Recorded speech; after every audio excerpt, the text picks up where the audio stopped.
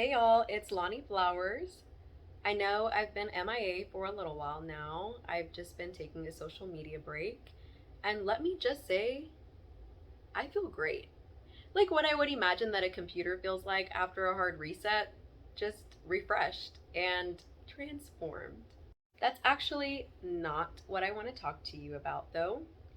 After over 2 decades of wondering, what is seriously wrong with me? I discovered the acronym HSP, which stands for Highly Sensitive Person. And after diving down the rabbit hole of research pioneered by psychologist Elaine Aron, I was engulfed in sheer joy because my essence finally felt understood. I'm not autistic, I don't have ADHD, and I'm not crazy. I'm just sensitive to everything all at once: people, the environment, and my inner critic. So we're clear, this is not a disorder, it is a trait. A trait that is carried by 15 to 20% of the population.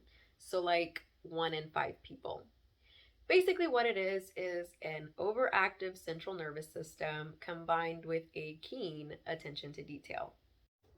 The best way that I can explain this is that although we don't know everything, we do notice everything, from micro expressions to body language, and most importantly, fluctuations in tones of voices. HSPs notice subtleties that people who aren't as sensitive overlook.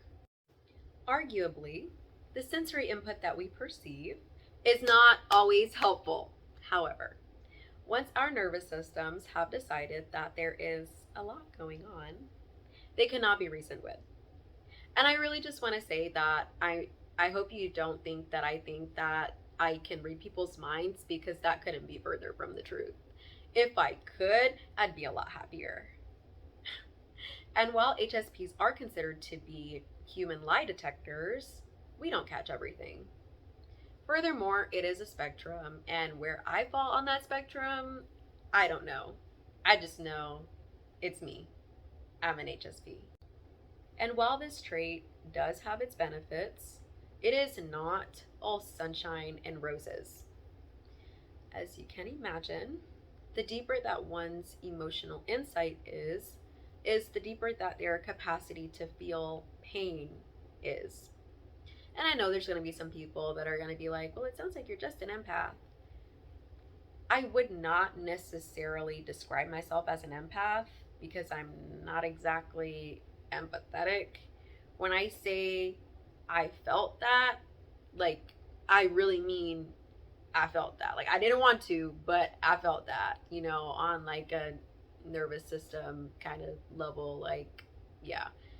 Furthermore, sensitivity or being sensitive growing up and even now, there's such a negative connotation surrounding it that I feel like although my little spidey senses don't go away, it's less used for the benefit of other people. Like, I feel like an empath, at least if they're not a dark empath, would use it for, and more in a sense of self preservation. Again, uncontrollable. And the spidey senses really only work if you listen to them. So, anyways, as you may well imagine, I can talk about this for hours, but I do know that there are a lot of people who can explain this a lot better than I can. So, if you'd like to hear this from the experts, there are several very helpful links in the description, including psychologist Elaine Aron's very own self test, so that you can see if you are, in fact, an HSP. However, I do want to leave you with one disclaimer, something that I found that was very interesting when I was doing my own research for myself about this. That a lot of the videos, like for signs to see if you're an HSP, would talk about scary movies and how HSPs cannot sit and watch a scary movie, and like it's so serious. Like, even somebody telling you about, let's say, like a really bad crime in great detail, something that's like gory, will make you sick. Like, ugh, sick, or just like make you want to jump out of your skin. So if you can sit and watch a scary movie, it's just my opinion, you're not an HSP. Because if you're like me, there's no way you can do it. And I will share more about how being an HSP has impacted my life positively, negatively, and anything y'all want to know, really. I am more than happy to share anything about this because learning about being highly sensitive has helped me find so much clarity and closure and healing, honestly. I mean, to know that being sensitive is not a bad thing, and just to know that I'm like a little flower and I have to treat this little flower like very delicately. Like, I cannot put myself in all sorts of environments and I have to set my boundaries and, just all the things, because it will affect me on such a deeper level if I expose myself to things and situations that would crush my little petals. Anyways, if you made it this far, I feel like there is just one bit of advice that you need to hear from me, and that is do not let anyone gaslight you.